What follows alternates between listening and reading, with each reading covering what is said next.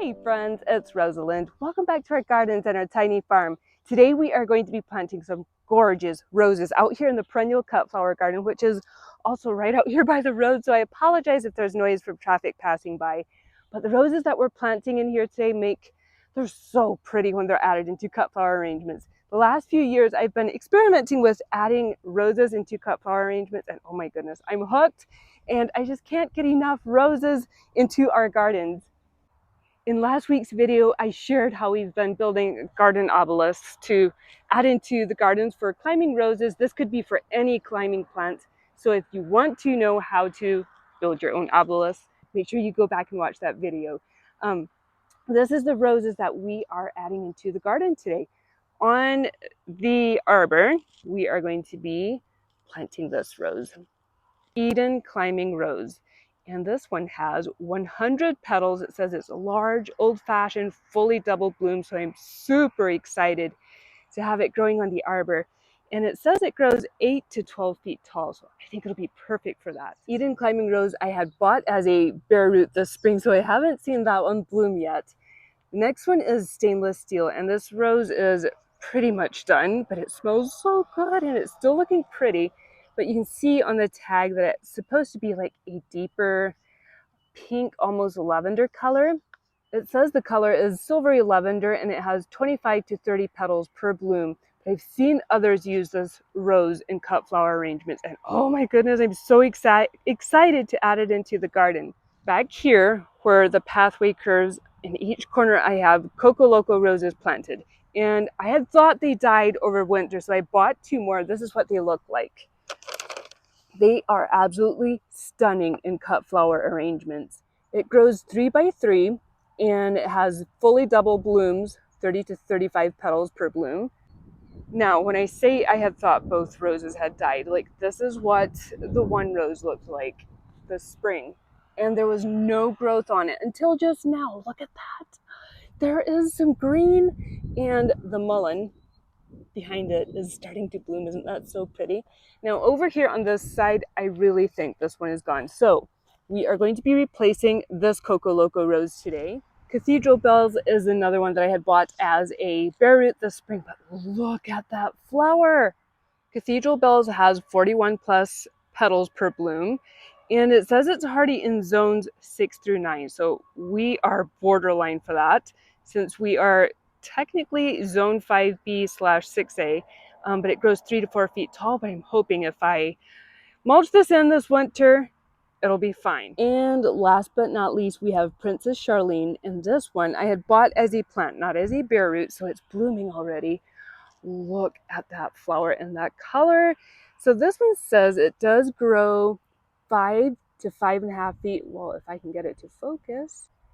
So it says it grows 5 to 5.5 feet tall and 2 to 3 feet wide. So it's a good choice to use as a cut flower. But since it's almost like a short climbing rose, I'm thinking about placing it back there on that obelisk. I almost forgot, I also have a couple of Veronica plants, and these are great to add into cut flower arrangements.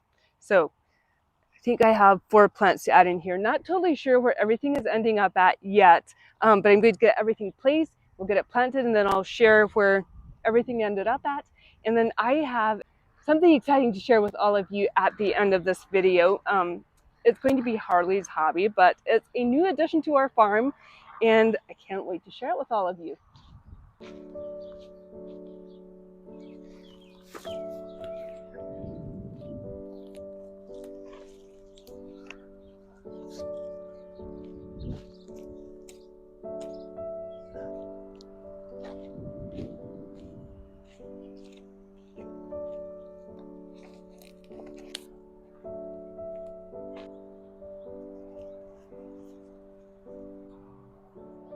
Okay, all the plants are placed, and I looked it up, the stainless steel rose that I placed back there on that obelisk actually grows 5 to 7 feet tall. I had no idea. So it's going on the obelisk, and I have my torch because we have a fabric lining on top of the soil. So I use my torch to torch in holes, and then in the bottom of each planting hole, I just put some plant starter plant food. So let's get everything planted.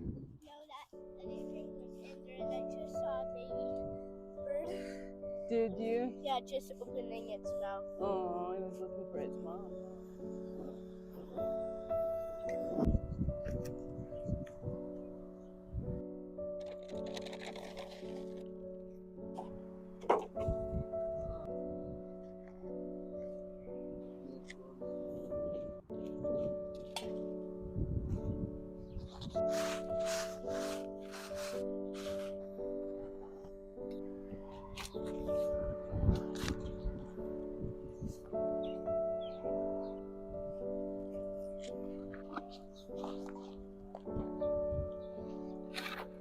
For a climbing rose, you want to make sure that where it's grafted, that is right at ground level.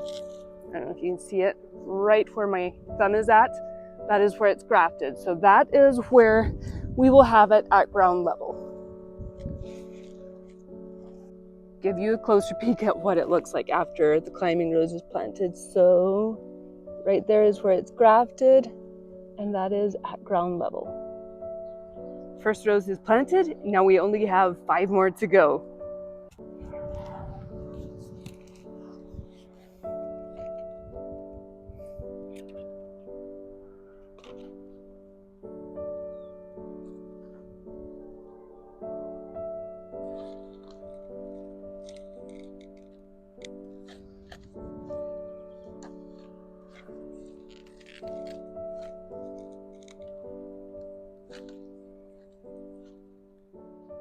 The roses are all in the ground.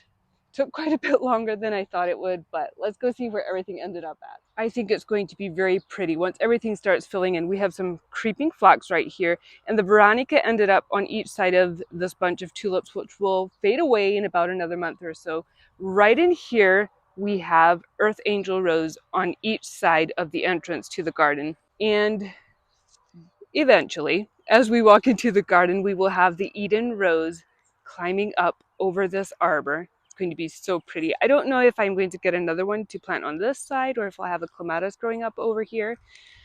And on this side, right here, we will have cathedral bells, shrub rose. Just fill in the space. There is an angel's rest iris planted right behind it. There is, oh, what is this lily? It's an oriental lily that grows quite tall. So these will probably be blooming at the same time. Right in front of the rose is baptisia. And over here we have an evergreen. It's thin man evergreen, which grows about 15 feet tall and stays skinny. And eventually I'll have some hydrangeas planted right in here.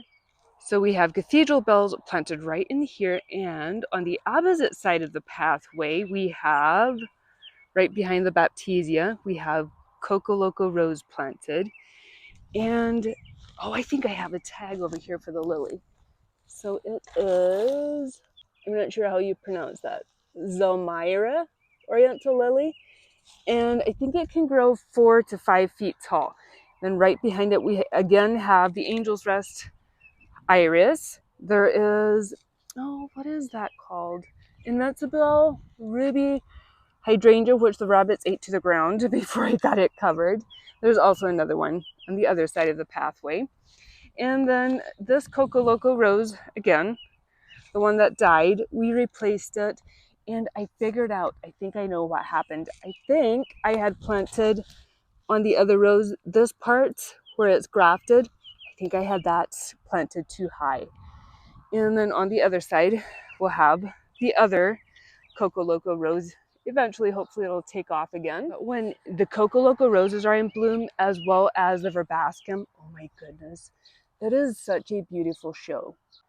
And as we continue down the pathway, over here on the left-hand side, we have a lilac that Harley had gotten for my Mother's Day last year. It's still very tiny, but it smells good.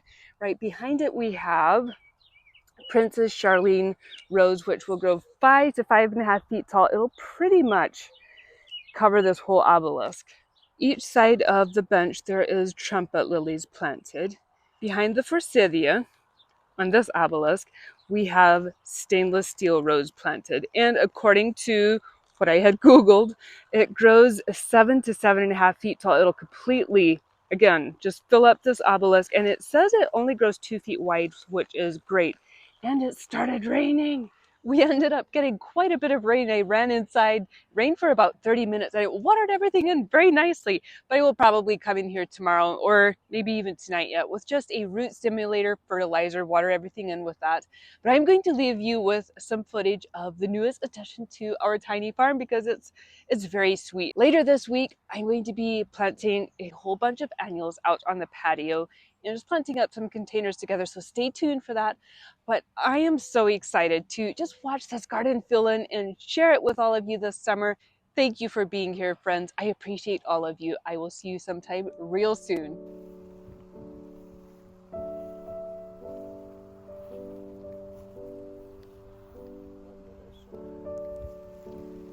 Yeah, Daddy, I'm pretty sure it was a drum. Wow. No, there was a bee on. Can I see the bee that you're holding, Jude? I'm holding a drone. You're holding a drone? Yeah.